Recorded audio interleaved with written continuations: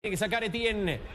Quiere meterla contra ahora Haití. 17 tenemos del complemento. Ojo, si la cruzan está el primero, ¿eh? Si la cruzan son 3 contra 1. Llega Pierrot del otro lado. Ahí está Pierrot para el gol. Salvó la defensa. Etienne.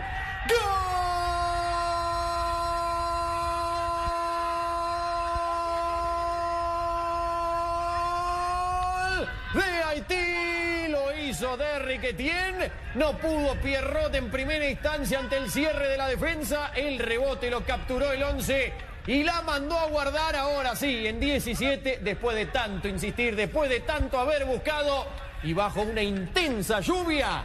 Haití gana 1-0 ante Nicaragua y se mete en la próxima. Los primeros minutos, el porte físico termina a ser importante para los equipos caribeños. Lo explotaron al máximo con ese 3-1 en doble rebote al final de cuentas, pero mandan esa pelota al fondo.